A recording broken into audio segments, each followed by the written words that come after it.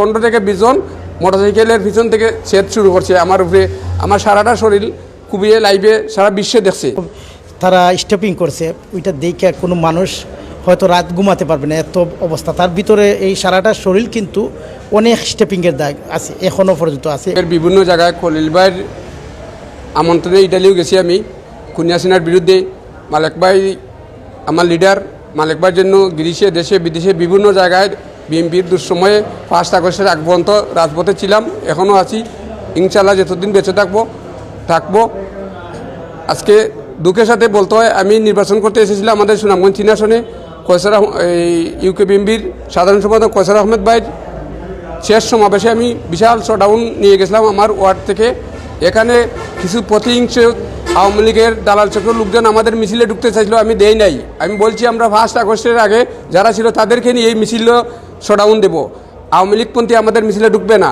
এই প্রতিহিংসার কারণে সমাবেশ শেষ করে আমি বাড়িতে যাওয়ার পরে এই পথে আমাদের গ্রামের পাশে রাস্তায় 15 থেকে 20 জন মোটরসাইকেলের পিছন থেকে শুরু করছে আমার উপরে। আমার সারাটা শরীর সারা বিশ্বে দেখছে আমার উপরে আক্রমণ।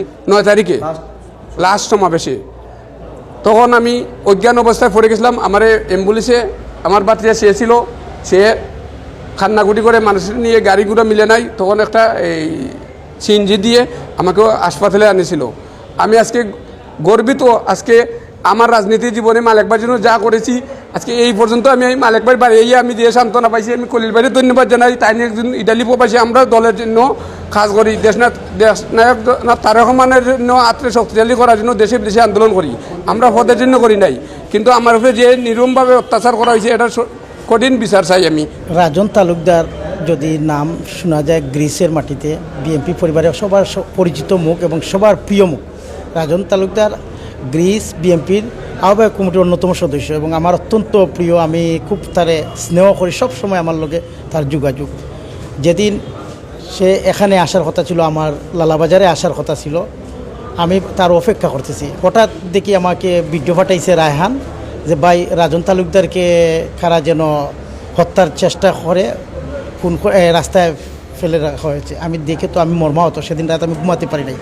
রাজন তালুকদারকে যেভাবে কত তারা স্টপিং করছে, ওইটা দেখে কোনো মানুষ হয়তো রাত ঘুমাতে পারবে না, এত অবস্থা। তার ভিতরে এই সারাটা শরীর কিন্তু অনেক স্টেপিংয়ের দাগ আছে, এখনও পর্যন্ত আছে, ব্যান্ডেজ আছে। তো যাই হোক, যারা করছে আমি বিশ্বাস করি আমরা আগামীতে তো আসতেছি সমাজে শান্তি শৃঙ্খলা রক্ষায়।